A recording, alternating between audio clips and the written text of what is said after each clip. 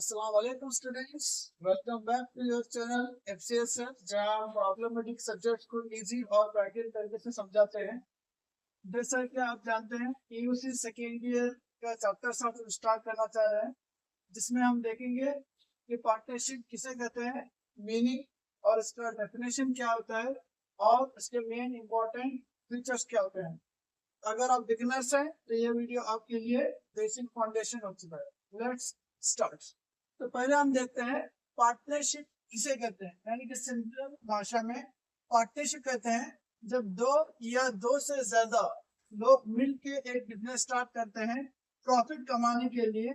इसे पार्टनरशिप कहते हैं, यानी कि ए पार्टनर और बी पार्टनर, एक पर्सन ए पार्टनर और बी पार्टनर मिलके एक बिजनेस स्टार्ट करे और इनका जो मेन मोटिव होता है अर्निंग, प्रॉफिट, तो इसे हम क्या कहते हैं, पार्टनरशिप बिजनेस कहते हैं, यानी कि पार्टनरशिप कंपनी।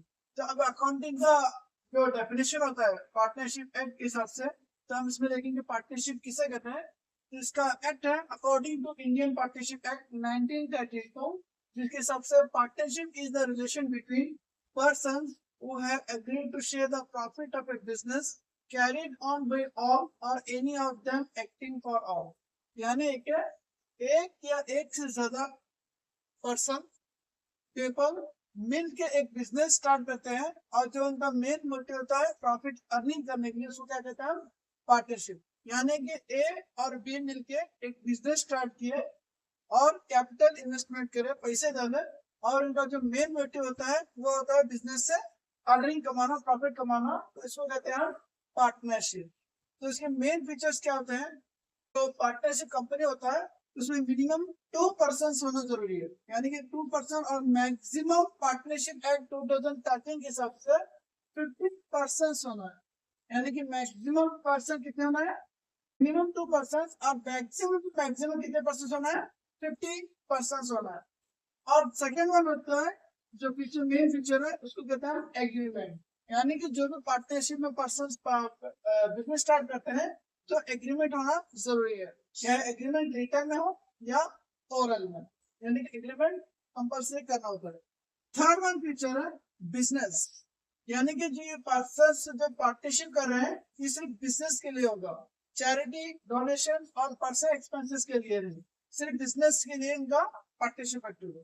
फोर्थ वन, उनके जो पूरे पार्टनर्स, ए पार्टनर, बी पार्टनर या कितने भी पार्टनर्स हो, उनका प्रॉफिट शेयरिंग होना बहुत जरूरी है, यानी कि जो भी बिजनेस को प्रॉफिट होगा वो आपस में क्या करेंगे, शेयर्स करेंगे। तो किस पे शेयर्स करेंगे, तो एग्रीमेंट में शेयर्स का रेशो करते हैं, जितना भी कैपिटल इन्वेस्ट करते हैं जितने भी इनका रेशो होता है उस पर प्रॉफिट क्या होगा, डिवाइड होगा, शेयर होगा।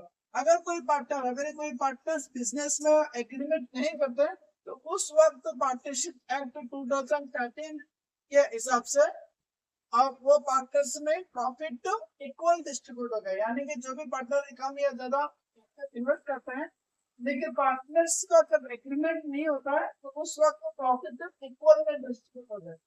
अगला है म्यूचुअल एजेंसी, यानी कि कोई भी एक पार्टनर किसी बिजनेस में डील करेगा तो आप पार्टनर के तरफ से होगा, यानी कि ए पार्टनर कोई डील किया वो बी और सी के लिए भी सेम डील होगा।